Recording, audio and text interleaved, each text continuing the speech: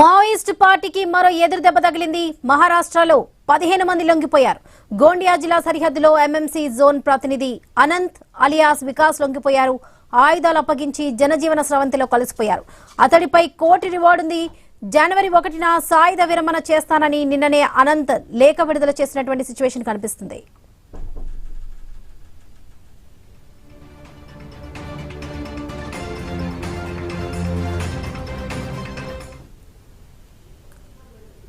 समर्पण करून मुख्य प्रवाहामध्ये येण्याचे आवाहन केले होते. नुकतेच गडचिरोलीमध्ये सोनू उर्फ भूपती आणि त्याच्यासोबत फार मोठ्या संख्येने माओवाद्यांनी आत्मसमर्पण केले होते आणि त्यापासून प्रेरणा घेऊन बऱ्याच ठिकाणी आत्मसमर्पणचे कार्यक्रम सुरू होते. आपल्या गोंदिया जिल्ह्यामध्ये दरेकासा दलम हे प्रामुख्याने कार्यरत होते आणि आपलं दरेकासा दलम जे आहे ते एमएमसी झोन मध्ये येते. एमएमसी झोन म्हणजे महाराष्ट्र, मध्य प्रदेश, छत्तीसगड या एरियामध्ये जे नक्षलवादी कार्यरत आहेत ते एमएमसी झोन मध्ये येतात. त्या एमएमसी झोन मधील दरेकासा दलम हे प्रामुख्याने आपल्याकडे ऍक्टिव्ह होते आणि आपल्या जिल्ह्यामध्ये नेहमी 9 ते 10 ते 11 अशा संख्येमध्ये या दलामधील सदस्य कार्यरत असल्याच्या इनपुट्स आपल्याकडे येत होत्या. वेळोवेळी आपण ऑपरेशन सुद्धा राबवत होतो आणि दुसरा मार्गावरून त्यांचे आत्मसमर्पणाचे మావోయిస్ట్ పార్టీకి మరో ఎదురు దెబ్బ తగిలింది. మహారాష్ట్రలో 15 మంది లొంగిపోయారు. గోండియా జిల్లా సరిహద్దులో ఎంఎంసీ జోన్ ప్రతినిధి అనంత్ అలియాస్ వికాస్ లొంగిపోయారు. ఆయుధాలు అప్పగించి జనజీవన స్రవంతిలో కలిసిపోయారు. అతడిపై కోటి రివార్డు ఉంది. జనవరి 1న సాయుధ విరమణ చేస్తానని నిన్ననే అనంత్ లేఖ విడుదల చేశారు.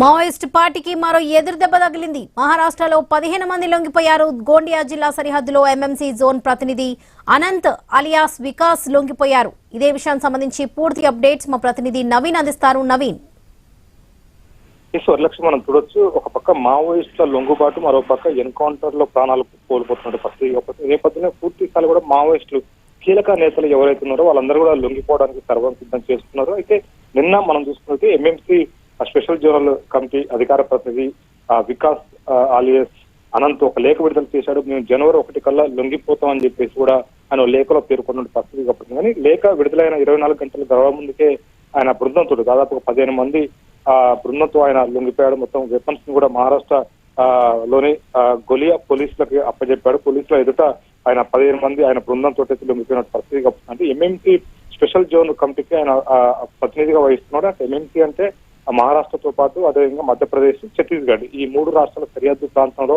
వీళ్ళ దళం సంచరిస్తున్నట్టుగా చెప్తున్నారు. ఈ దళానికి ఆయన ప్రతినిధిగా వహిస్తున్నాడు. ఈయనతో పాటు మొత్తం 15 మంది కూడా లొంగిపోయి, ఇంకా మిగతా వాళ్ళు కూడా లొంగిపోవడానికి సిద్ధంగా ఉన్నారు. వాళ్ళకు కొంచెం కమ్యూనికేషన్ చేశాం మేము, వాళ్ళు రావడానికి టైం పడుతుందని చెప్పేసి కూడా ఆయన చెప్తున్నట్టు పరిస్థితి కాబట్టి, ఏదైనా పూర్తి స్థాయిలో కూడా జనజీవన స్రవంతిలోకి మేము కలిసిపోతున్నాం అని చెప్పేసి కూడా చెప్తున్నాడు. ప్రభుత్వం నుంచి అందాల్సినటువంటి లబ్ధి ఏదైతే ఉంటుందో అదంతా కూడా మేము వాళ్ళకి సమకూరుతాం అని చెప్పేసి కూడా మహారాష్ట్ర పోలీసులు అయితే చెప్పినట్టు పరిస్థితి మనం చూడవచ్చు. అయితే ఒక మహారాష్ట్రనే కాదు, నిన్న అనంత్ ఒకటే కాదు, అనంత్ తో పాటు ఛత్తీస్గఢ్ లో కూడా అనేక జిల్లాలలో నిన్న మావోయిస్టు భారీ ఎత్తున కూడా లొంగిపోయినట్టు పరిస్థితి కాబట్టి, ఆశాన్నతో పాటు అదేవిధంగా కొంతమంది అక్కడ ప్రతినిధులుగా వాళ్ళకి కేర్ తీసుకుని వాళ్ళందరినీ కూడా లొంగుబాటు కార్యక్రమం నిన్న నేరుగా చేసినట్టు పరిస్థితి మనం చూసాం. ఎందుకంటే ఈ మధ్య కాలంలో కేంద్ర కమిటీ ఉన్నటువంటి కీలక నేతలు ఇద్దరు కూడా లొంగిపోయారు. ఏదంటే ఆశనతో పాటు అదేవిధంగా ఇంకో వ్యక్తి కూడా మహారాష్ట్రలో లొంగిపోయినప్పుడు ఆ ఇద్దరు కూడా ఇప్పటి వరకు కూడా వీడియోలు కానీ లేఖలు విడుదల చేస్తున్నారు. అందరూ లొంగిపోవాలని చెప్పేసి కూడా చెప్తున్నట్టు పరిస్థితి కాబట్టి, అంటే మల్లోజిలో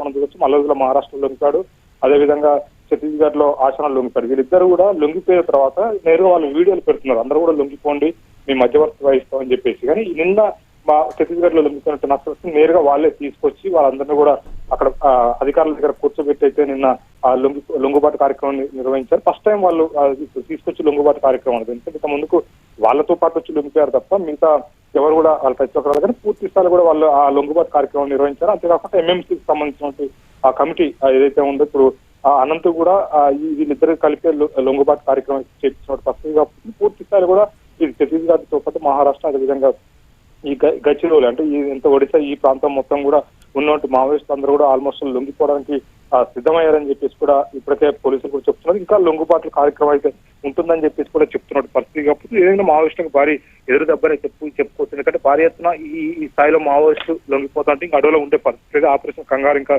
తీవ్రతరం అవుతుంది. ఆ మావోయిస్టులకి సంబంధించి డెడ్ లైన్ అంటే 2026 మార్చి కల్లా పెట్టినట్టు పరిస్థితి. కాబట్టి ఈ నేపథ్యంలో పూర్తి స్థాయి కూడా ముందే ప్రాణాలు పోగొట్టుకోవడం కంటే కూడా జనజీవన స్థితిలో ఉంటూ ప్రజల కోసం ఉద్యమాలు చేస్తామని చెప్పేసి కూడా చాలా మంది కూడా లొంగిపోతున్నట్టు పరిస్థితి. పరిస్థితి పూర్తి స్థాయి కూడా ఇప్పటివరకు అయితే ఆ తెలుగు రాష్ట్రాలకు సంబంధించిన నాయకులు మొత్తం ఊళ్ళకపోతుంది. అంతేకాకుండా అగ్రనాయకుడు ఏదైతే నిన్న పోలీసు కస్టడీలో ఉన్నారని చెప్పేసారో ఒక పోలీసు కస్టడీలో ఉన్న వ్యక్తి కూడా లొంగుబాటు కార్యక్రమం కూడా తిరుపతి దేవోజీ కూడా లొంగిపోవడానికి సర్వం సిద్ధం చేసినట్టుగా తెలుస్తుంది.